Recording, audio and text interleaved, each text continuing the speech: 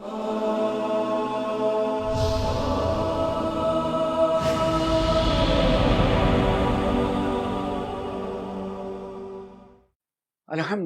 وکفا وسلام علی عبادہ الذین اصطفیٰ اما بعد۔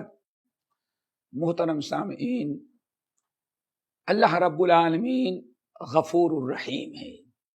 اللہ تعالیٰ کے ناموں میں ایک مشہور نام غفار ہے۔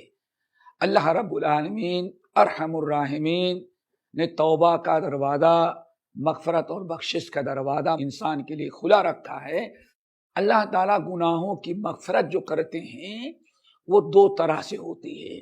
نمبر ایک، ہر گنہگار کے لیے اللہ رب العالمین نے توبہ کا دروازہ کھلا رکھا ہے۔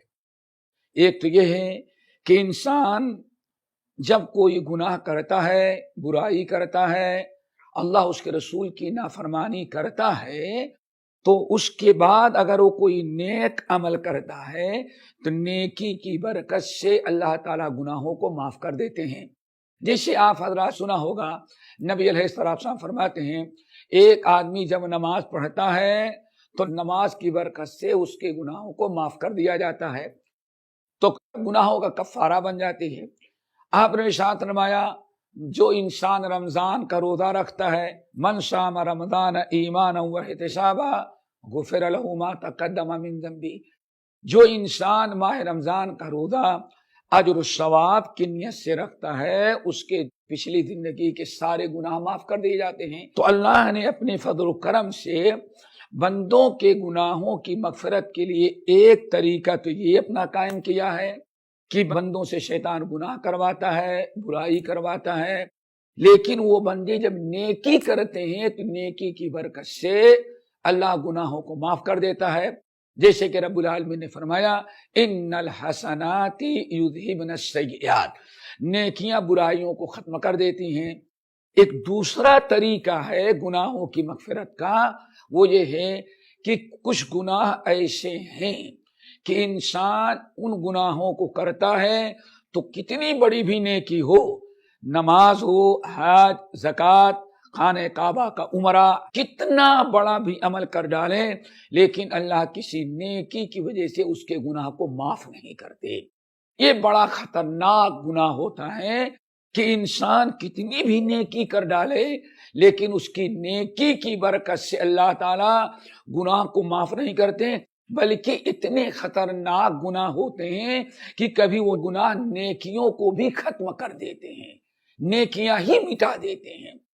انہی گناہوں میں سے دو گناہ اللہ تعالی ہم سب کو محفوظ رکھے۔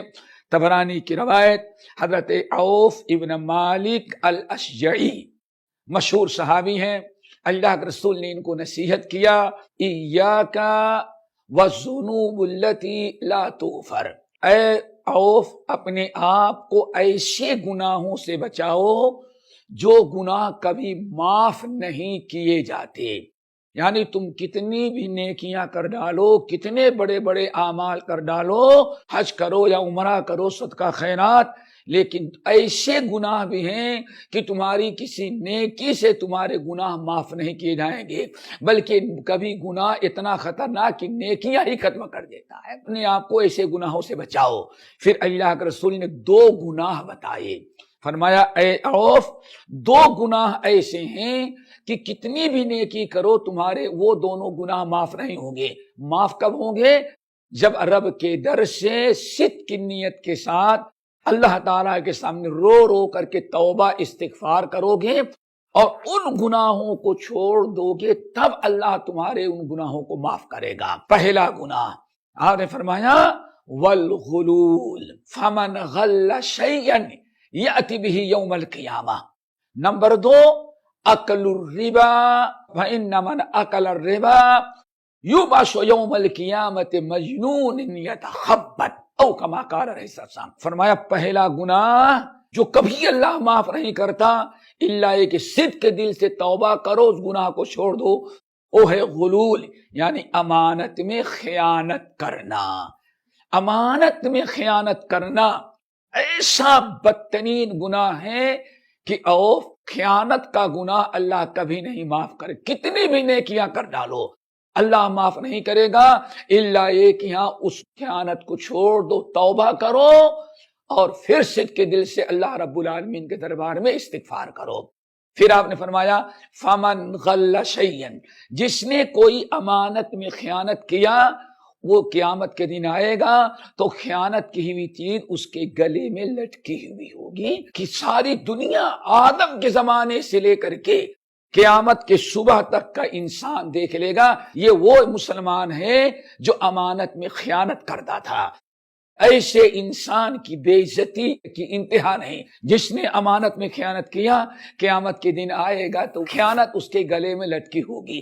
امانت کس کو کہتے ہیں؟ ہم اپنے تمام مسلمان بھائیوں اور بہنوں کو بھی بتا دیں امانت کس کو کہتے ہیں۔ امانت کسی ایک چیز کا نام نہیں، امانت کہتے ہیں مال کی امانت، یہ وہ تو سب جانتے ہیں۔ اصل امانت جو ذمہ داری اللہ نے اپنی طرف سے یا نبی کی طرف سے یا کسی انسان اور کمیٹی کی طرف سے، کسی ادارے اور کمپنی کی طرف سے، کسی جماعت کی طرف سے جو بھی ذمہ داری آپ پر ڈال دی جائے وہی ذمہ داری امانت کہی جاتی ہے۔ امانت کی حفاظت ہونی چاہیے۔ امانت میں خیانت کرنا ایسا گناہ ہے جو کبھی معاف نہیں ہوتا جب تک کہ انسان اس کو چھوڑ کر کے توبہ نہ کرے۔ دوسرا گناہ جس کا کوئی نیکی کفارہ نہیں بن سکتی وہ ہے اکل الربا، سود کھانا۔ سود کھانا، سود کھلانا، سود لینا، سود دینا، یہ ایسا بدترین جرم ہے۔ اللہ رسول نے ارشاد فرمایا اے اوف، ہم تمہیں اس لیے منع کر دے رہے ہیں کہ سود نہیں کھانا، سود نہیں کھلانا، سود لینا نہ دینا۔ کیوں؟ جو سود لیتا ہے قیامت کے دن اٹھے گا تو پاگل اور مجنون کی طرح، اس شخص کی طرح اٹھے گا قیامت کے دن جس کو شیطان نے مس، یعنی جس پر شیطان سوار ہو، نہ چل سکتا ہے نہ بیٹھ سکتا ہے، اٹھتا ہے اور گر جاتا ہے۔ پھر اللہ کے رسول نے آیت تلاوت کی الذین یاکلون الربا، جو سود کھاتے ہیں قیامت کے دن اٹھیں گے تو مجنون اور پاگل کی طرح اٹھیں گے، پھر انہیں جہنم میں ڈال دیا جائے گا۔ تو دوستو یہ دو گناہ بڑے خطرناک ہیں، امانت میں خیانت اور سود کھانا اور کھلانا۔ اللہ تعالی ہم سب کو ان دونوں گناہوں سے بچائے۔ جب تک ان کو چھوڑ کر کے صدق کے دل سے توبہ نہیں کرتے کسی بھی نیکی سے ان گناہ معاف نہیں ہوتے۔ اللہ ہم سب کو ایسے تمام گناہوں سے بچائے جو اللہ تعالیٰ کو ناراض کرنے والے ہیں۔ اقول قولی ھذا واستغفر اللہ من کل ذنب واتوب الیہ۔ السلام علیکم ورحمۃ اللہ وبرکاتہ۔ ایسے ہی اور ویڈیوز بنانے میں ہماری مدد کریں۔